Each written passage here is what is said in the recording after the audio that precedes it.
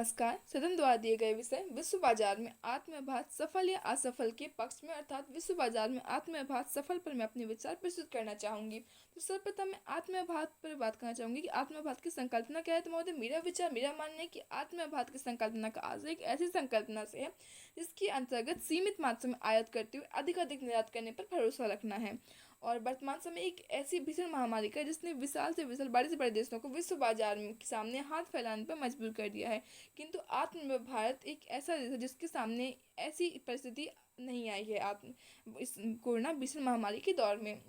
तथा इसने हमारे देश ने इस भीषण परिस्थिति के दौर में भी हाइड्रोक्लोरोक्विन जैसी हाइड्रोक्लोरोक्विन का निर्माण करते हुए और इसका निर्यात भी अमेरिका, ब्राजील जैसे बड़े देशों में किया है, जो विश्व बाजार में इसकी सफलता के एक उत्कृष्ट रूप दर्शाने के लिए पर्याप्त है। और हम देखें कि इस महामारी सबसे उपयुक्त इलाज था इसका टीकाकरण, जो कि जिसमें विभिन्न देशों के वैज्ञानिक लगे हुए थे। और भारत, हमारे देश के वैज्ञानिकों ने इसके टीकाकरण का निर्माण कर लिया है। वह बहुत ही जल्द ही इसका उपयोग भी होने वाला है। वह एक समाचार पत्र में निकले हुए एक आर्टिकल के अनुसार भारत बहुत ही शीघ्र इस वैक्सीन का निर्यात करने के लिए भी तैयार होने वाला है, जो कि विश्व बाजार में इसकी सफलता के एक उत्कृष्ट व एक बहुत ही बड़े परचम को दर्शाता है। अगर हम बात करें विश्व बाजार में आत्मनिर्भर की सफलता की और विश्व बाजार में आत्मनिर्भर की, तो सबसे पहले आते हैं उद्योगों में सबसे जो भारत में विशाल रूप से फैले हुए हैं कुटीर उद्योग। भारत में हम देखते हैं कि अनेक प्रकार के कुटीर उद्योग फैले हैं, पर जिनको वर्तमान समय में कहीं ना कहीं थोड़े से पीछे रह गए हैं वो।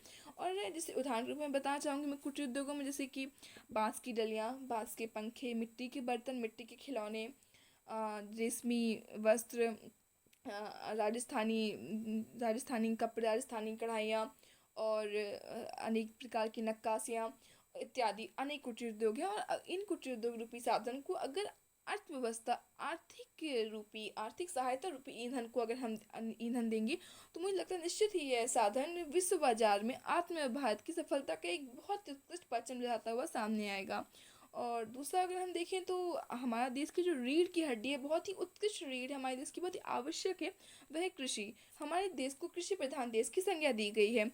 व अगर हम देखें तो हमारे देश में सीमित मात्रा में कृषि से उपयुक्त सामग्री का निर्यात होता है, किंतु अगर हम इसमें भी आर्थिक से थोड़ी सहायता करते हुए अनेक उत्पादों पर ध्यान देंगे, तो निश्चित मुझे लगता है कि विश्व बाजार में हमारा भारत सफलता के परचम लहराने में सफल हो सकेगा। वह जो वर्तमान समय में कहीं ना कहीं इसकी ओर कदम आगे बढ़ाता हुआ हमें दिख भी रहा है। अगर हम देखें तो हमारे प्राचीन काल से हमारे माननीय प्रधानमंत्री जवान जैक्सन का नारा देते हुए स्पष्ट कर दिया था कि कृषि हमारे देश को एक उत्कृष्ट उद्योग के रूप में भी वह हर परिस्थिति में एक उत्कृष्ट योगदान देने में सफल व उत्कृष्ट दृष्टिगोचर होती है। और अगर हम बात करें तकनीकी के रूप में, तो जैसे कि वैक्सीनेशन, कोरोना टीकाकरण इत्यादि का तो उत्पाद करके भारत तक ने वैज्ञानिक रूप में खुद को उत्कृष्ट साबित कर ही दिया है। और हमने प्राचीन समय में देखा भी था, पूर्व समय में, कि सबसे सस्ता मंगलयान का निर्माण करने में भारत ने निर्माण किया था उसका।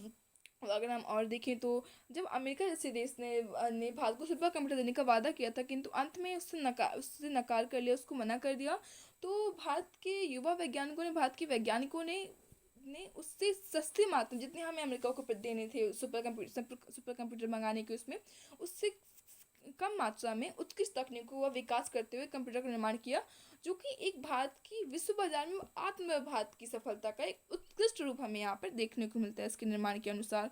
और भारत एक ऐसा देश है जो विश्व बाजार में आत्मनिर्भर भारत की सफलता को मानता है, क्योंकि आत्मनिर्भर भारत की संकल्पना की आरंभ करने के साथ साथ भारत ने इस बिगुल का भी आरंभ कर दिया है कि विश्व बाजार में आत्मनिर्भर भारत एक उत्कृष्ट भारत के रूप में सामने आएगा।